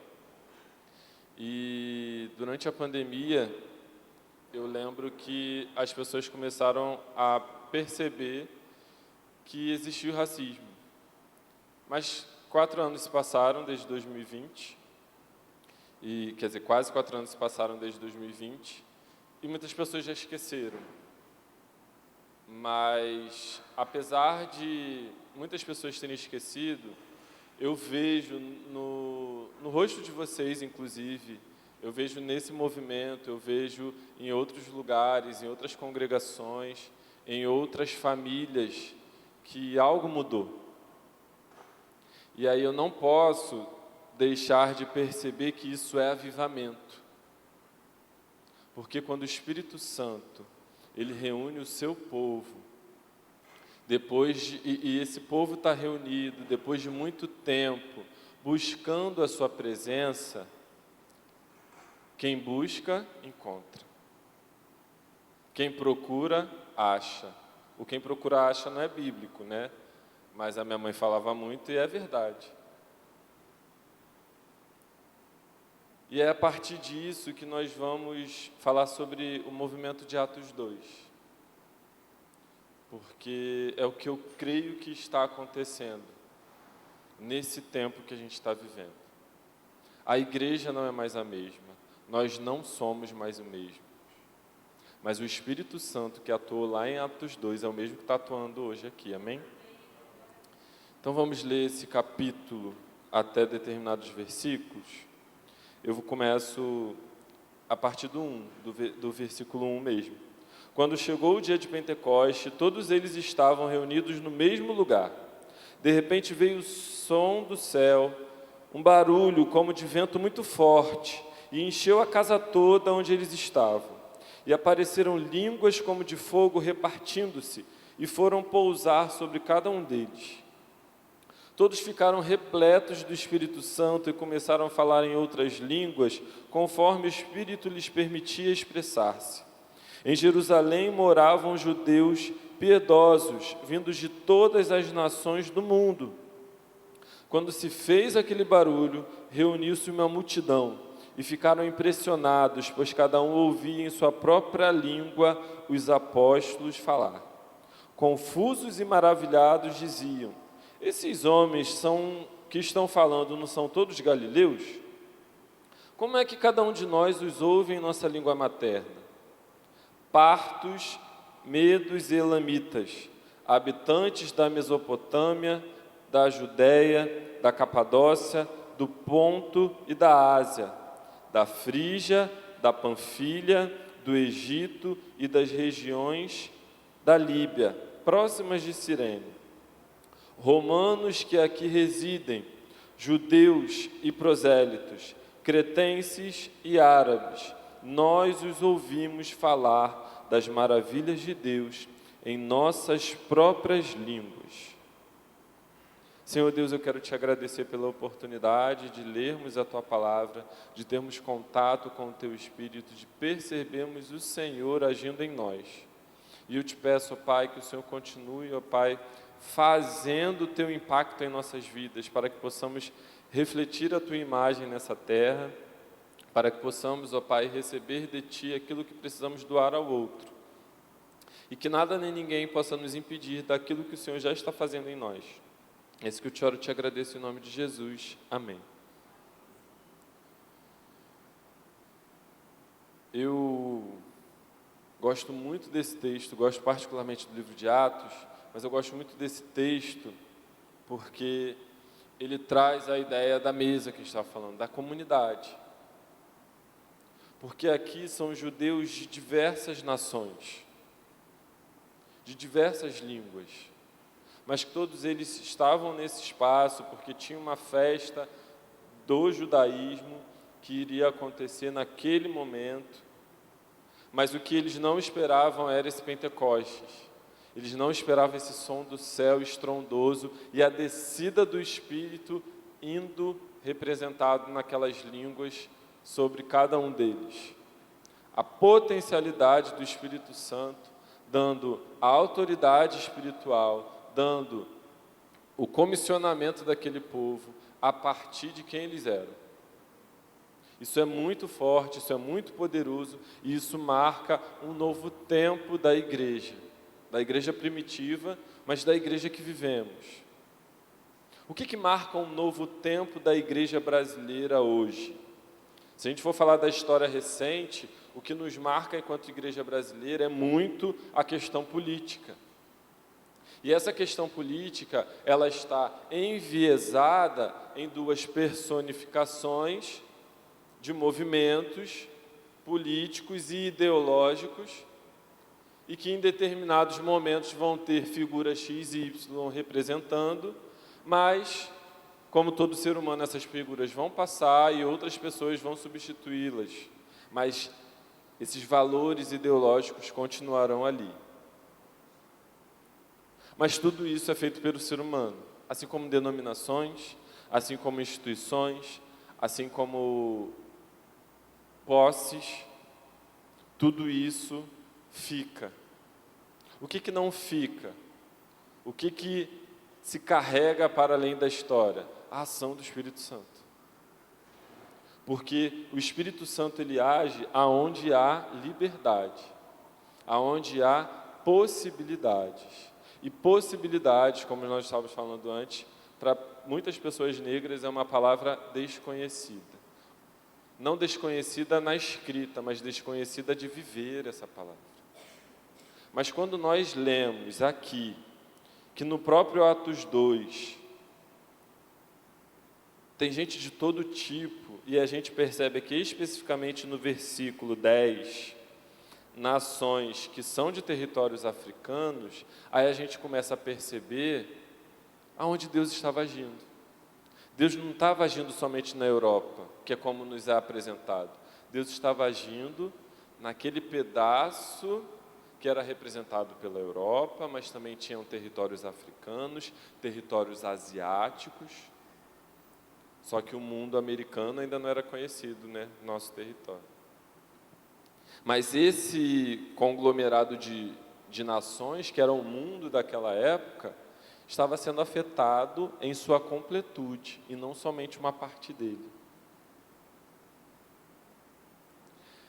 O que isso quer dizer para a gente hoje? Que o Espírito Santo, ele não vai agir somente em Copacabana. O Espírito Santo, ele vai agir em Vila Nova. Você conhece Vila Nova? É um bairro de Nova Iguaçu.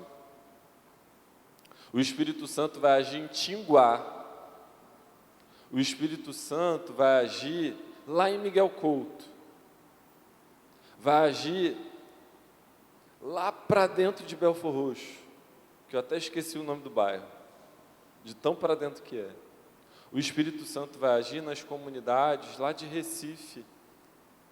O Espírito Santo vai agir na Amazônia. O Espírito Santo vai agir em Santa Catarina, até mesmo em Curitiba, que é tida como a capital mais racista, porque Rio Grande do Sul é uma capital também, né, da região do Sul, mas ela é a segunda capital que tem maior presença de religiões de matrizes africanas, depois de Salvador.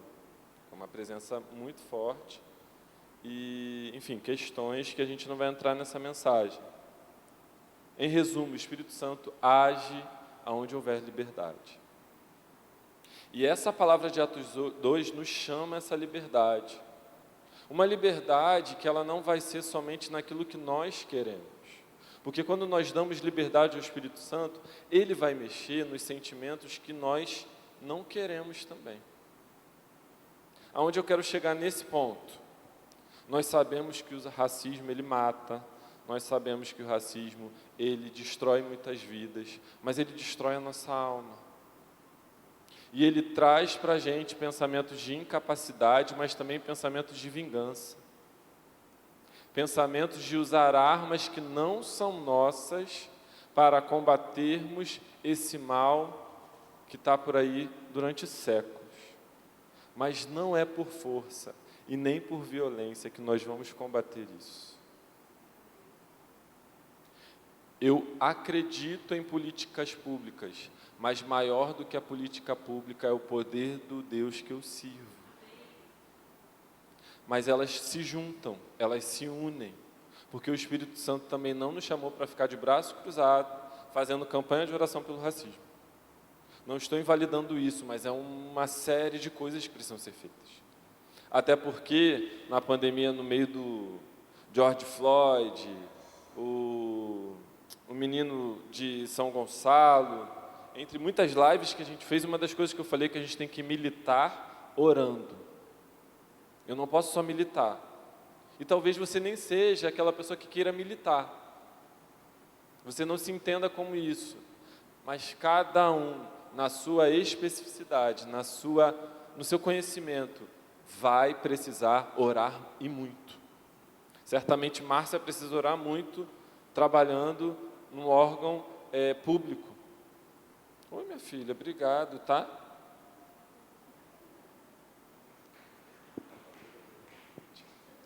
Ela gosta. Eu, enquanto pastor, nós, enquanto pastores, a gente precisa orar muito. Cada um de vocês, na sua profissão, na sua vizinhança, precisa orar muito, porque nós precisamos ter sabedoria para lidar com essas questões. A questão racial, isso é uma coisa que quem não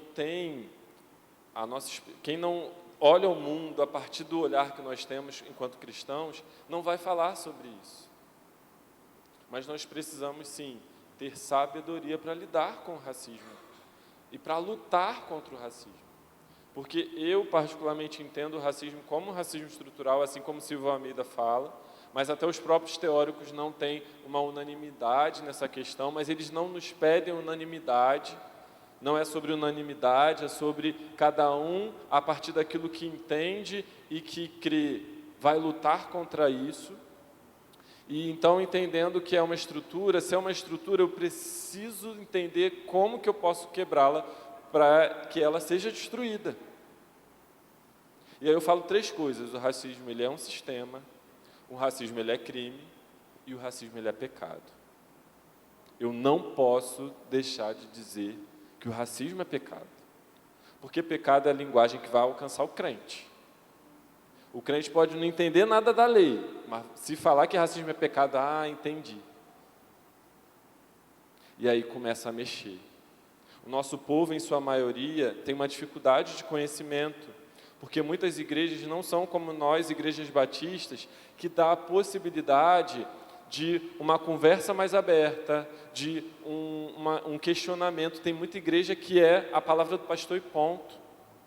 E isso vai enviesando a cabeça da pessoa, isso vai destruindo a pessoa, e as outras pessoas não estão interessadas em trazer a vida. Mas nós não servimos a um Deus que é vida em abundância. Então nós precisamos, nós que já temos esse olhar, nós precisamos levar esse olhar até essas pessoas. O que eu quero dizer com isso? Nós somos canais de libertação de um povo no Brasil hoje.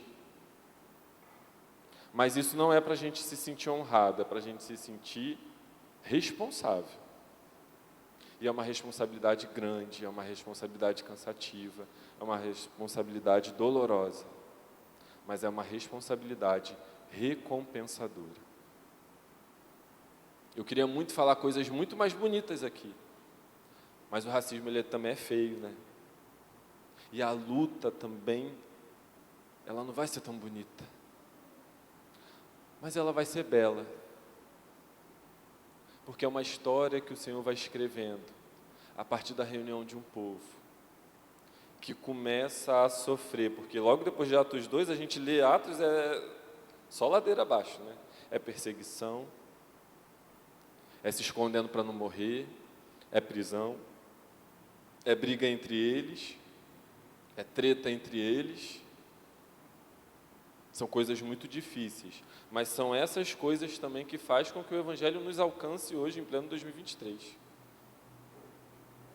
E aí eu preciso fazer uma pergunta para vocês. Vocês já têm noção de que o que nós estamos fazendo hoje, nesse 20 de novembro de 2023, vai gerar impacto por gerações?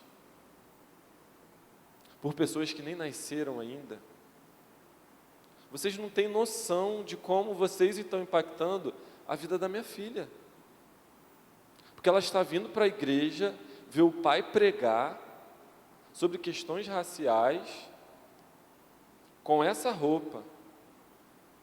E ela está olhando para vocês, e ela pode não estar se conectando direto, mas ela é observadora, e isso é uma das coisas que a Alice é. E ela sabe perceber quando é um ambiente agradável e quando não é, porque senão ela não vira aqui na frente. É impressionante como a Alice tem 3 anos. Eu falo da Alice porque é minha filha, mas crianças de 3 anos hoje já têm muita noção de muita coisa que crianças de 3 anos que nasceram há 20 anos atrás não tinham. E ela sabe onde ela é bem-vinda. Percebe a importância disso? Para que daqui a 10 anos ela não saia da igreja falando que a igreja não a aceita, falando que a igreja tem preconceito com o seu cabelo, falando que a igreja tem preconceito com a sua cor de pele, marcas que nós trazemos. Então esse é um tempo de cura, mas esse também é um tempo de colaboração. A gente não pode ficar parado só esperando as nossas feridas serem curadas. Nós estamos sendo curados para curar. Nós estamos sendo tratados para tratar. Nós estamos sendo plantados para regar e Deus dará o crescimento. Então a gente precisa entender que tudo que fazemos tem um olhar além de nós. O Pentecostes foi para muito além desse povo que estava reunido. E eu creio que esse encontro vai muito além das pessoas que estão aqui. Amém? E aí eu quero dizer uma coisa muito específica. Não nos apeguemos aos números. Não nos apeguemos aos rostos. Nos apeguemos ao Espírito. Porque o Espírito está fazendo algo que a gente não consegue ver. O Espírito está fazendo algo que a gente talvez nem consiga sentir, mas no tempo certo fará um sentido. E aí eu vou contar um testemunho muito breve sobre isso. Tá gravando? É live? Ah, tá. Oi Elaine, tudo bom? É porque eu já coloquei um ponto final nesse assunto, mas eu acho importante falar aqui com vocês. Em 2019, eu trabalhava... Tá gravando? Então não vou poder falar. Oi, gente. Enfim.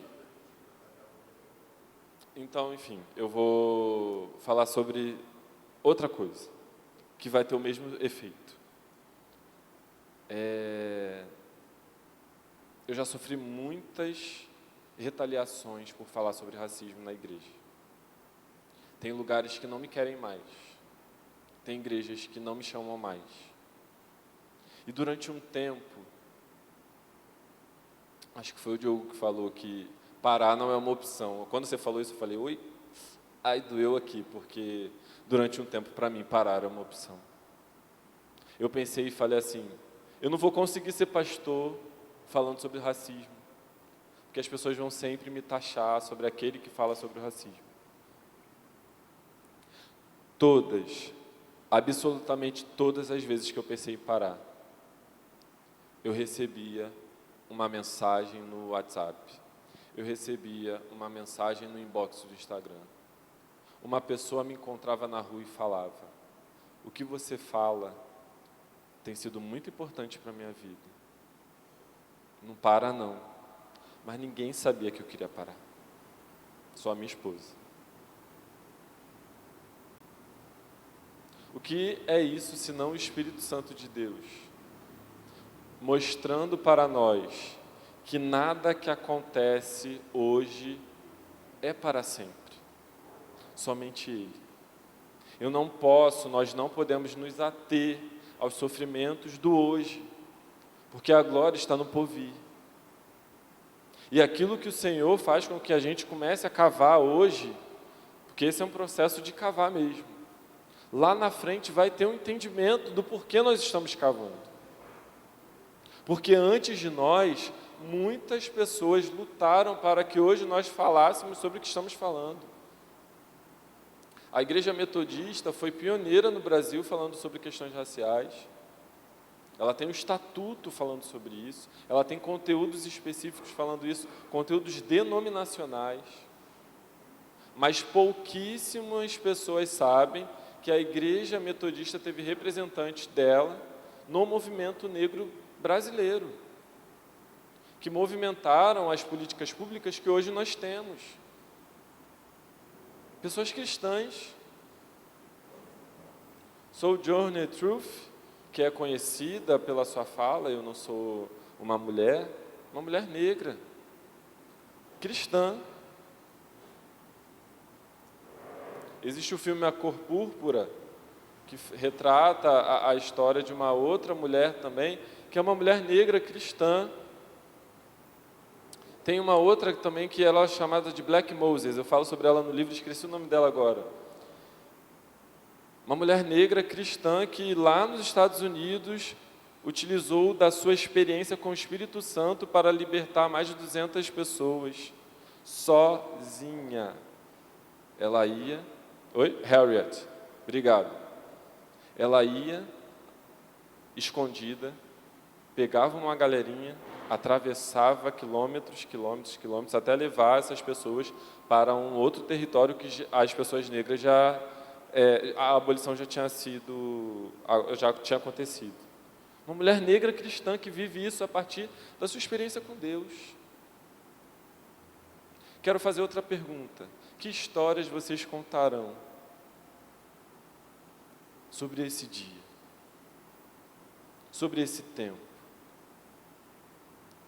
O que tem te movimentado sobre esse tempo?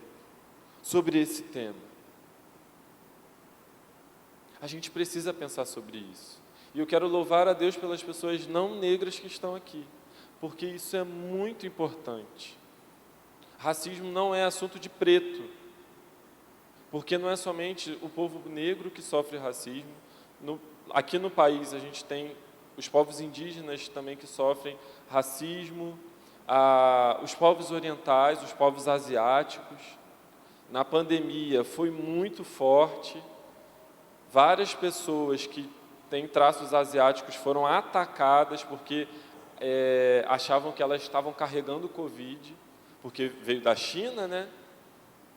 E na época do 11 de setembro, nenhuma pessoa que tinha os traços também árabes tinha sossego e não podia andar de mochila, porque era considerado um homem-bomba. Inclusive, aquela história da barba, eu vivia andando de mochila para cima e para baixo, porque eu morava em Nilópolis, trabalhava na Tijuca e fazia seminário lá na Tijuca também.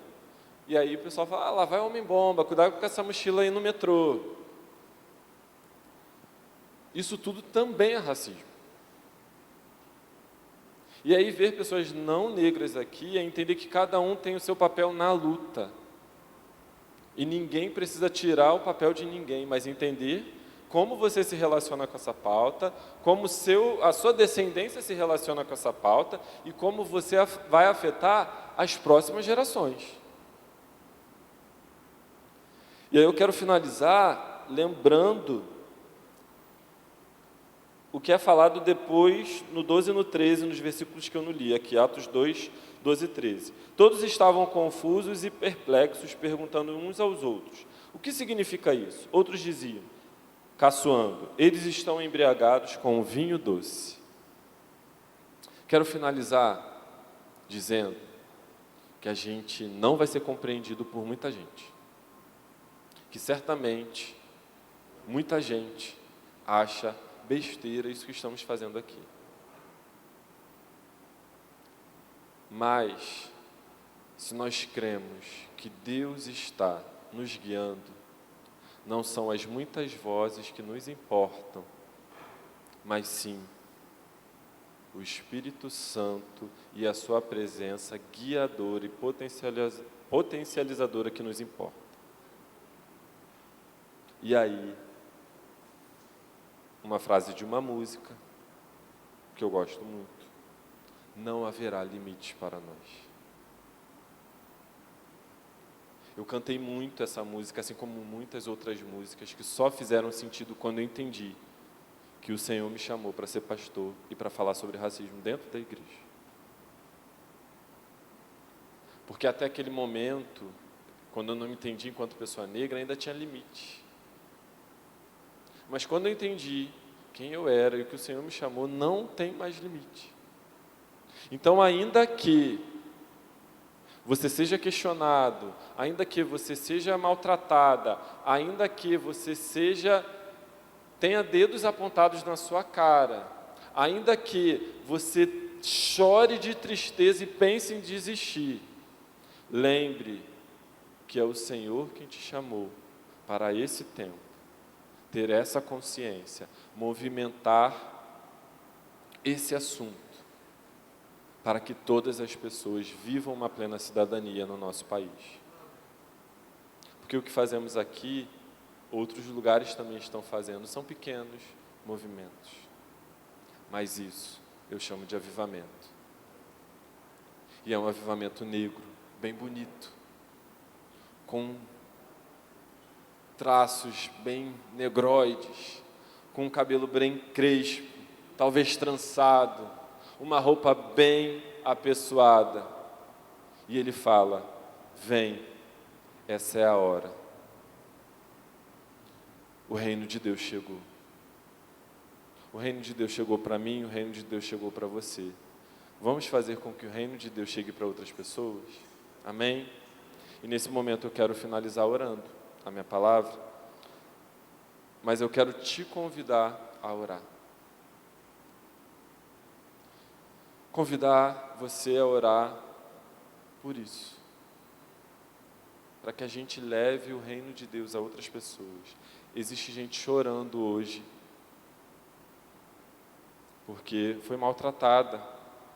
Existe gente chorando hoje, porque lembra que ter consciência negra é ter um pessimismo de vida.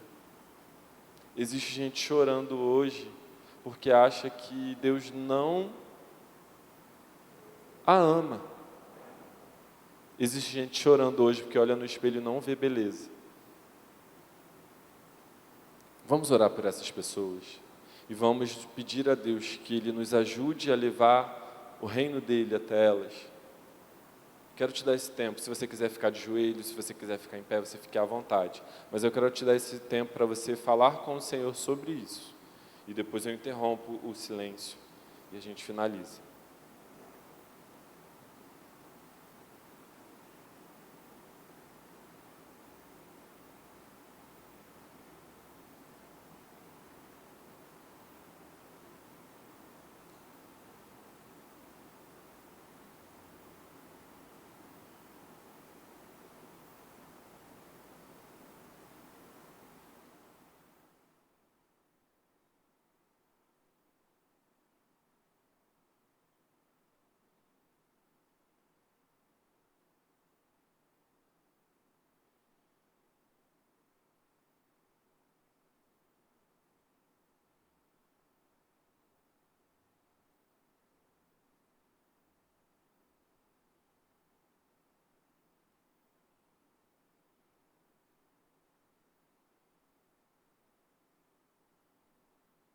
Pai, nós estamos aqui diante de Ti, pedindo, ó Pai, clamando, ó Deus, a Tua presença em nossas vidas. Pedindo, ó Pai, clamando, ó Pai, ao Senhor, que o Senhor nos potencialize, que o Senhor nos ajude dando as palavras certas, dando sabedoria, dando intrepidez, dando ousadia, dando paz, para que nós possamos levar o Teu reino, ó Pai, manifestar o Teu reino, ó Pai, onde nós estivermos, e que muitas e muitas pessoas, ó Pai, possam ser impactadas pela Tua presença, Deus. O nosso país, ele é assolado pelo racismo, o nosso país, ele é assolado pelo preconceito, o nosso país, ele é assolado por tantas mazelas, mas nós cremos no Senhor, um Deus que pode todas as coisas, inclusive, ó Pai, renovar vidas, reestruturar lares, resgatar a autoestima de homens e mulheres que foram destruídos por um sistema, ó Pai, que foram destruídos por uma estrutura, ó Pai, que diz que nós somos feios, que diz que nós não somos capazes, que diz que nós não podemos acessar determinados lugares, mas é pelo Senhor e é para o Senhor, ó Pai, que nós cremos que podemos estar onde o Senhor quer, que nós podemos habitar e podemos ser quem o Senhor quer que sejamos.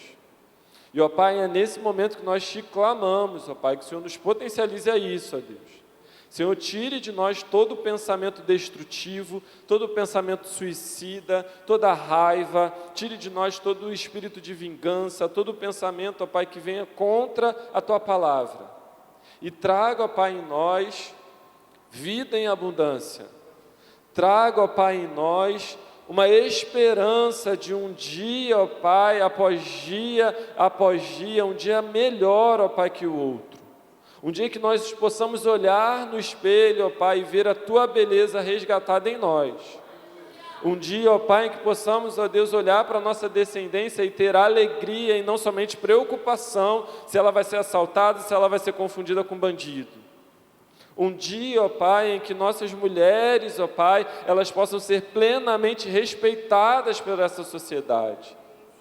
Um dia, ó Pai, em que todos nós possamos andar de cabeça erguida e não abaixando a cabeça, achando que somos menores do que outros, porque todos nós fomos criados à Tua semelhança.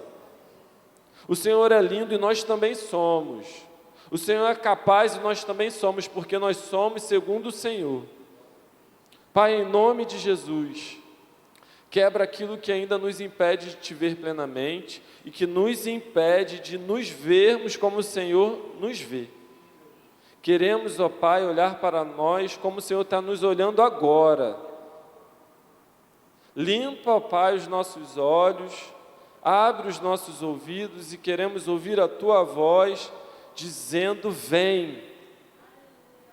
Queremos ouvir a Tua voz também dizendo: vai, envia-nos para onde o Senhor quiser, ó Deus, e usa-nos para o que o Senhor quiser, e que através de nós, gerações e gerações, possam ser cada vez menos preconceituosas, e ser cada vez mais segundo a Tua presença, segundo o Teu reino, e possamos sim olhar uma plena cidadania para todas as pessoas.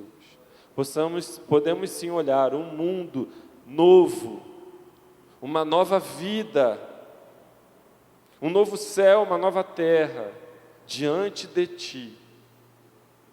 Nós glorificamos e exaltamos o Teu nome, crendo que o Senhor fará ainda mais do que pedimos nesse momento. Amém e amém. Amém. Deus nos abençoe. Agora eu vou pegar meu 1,5 minuto, brincadeira. 30 segundos, só para agradecer o espaço, só para agradecer realmente e parabenizar vocês por esse momento, que venham outros momentos como esse. Fico à disposição, o livro está ali atrás, 3 pessoas já compraram, quem quiser comprar mais, fica à vontade também. E qualquer coisa, podem pedir também meu telefone para o Tiago, mas podem me seguir nas redes sociais, @RonanLima. Eu gosto de conversar, pastor gosta de falar, né, gente? Então, a gente pode trocar ideia, fiquem super à vontade, tá bom? Amém. Muito obrigado, pastor. Atendeu de pronto aí o convite, eu não conhecia o pastor, e eu queria deixar, só para a gente encerrar, eu queria dizer uma coisa aqui. Quando eu não conhecia um pastor que falasse sobre o tema, e aí procurei alguns, conhecia o Ronilson, né? Que o Ronilson está na televisão, está na Globo, então a gente conhecia o Ronilson. Eu falei, mas o Ronilson está na Globo, né? O Ronilson é difícil, né? Aí eu estou lá na rua, quem está na minha frente? O Ronilson. Falei, ô pé de Deus, aí, ó. Vi o Ronilson. Falei, o Ronilson não morava nem no Brasil, gente, estou vendo o Ronilson aqui.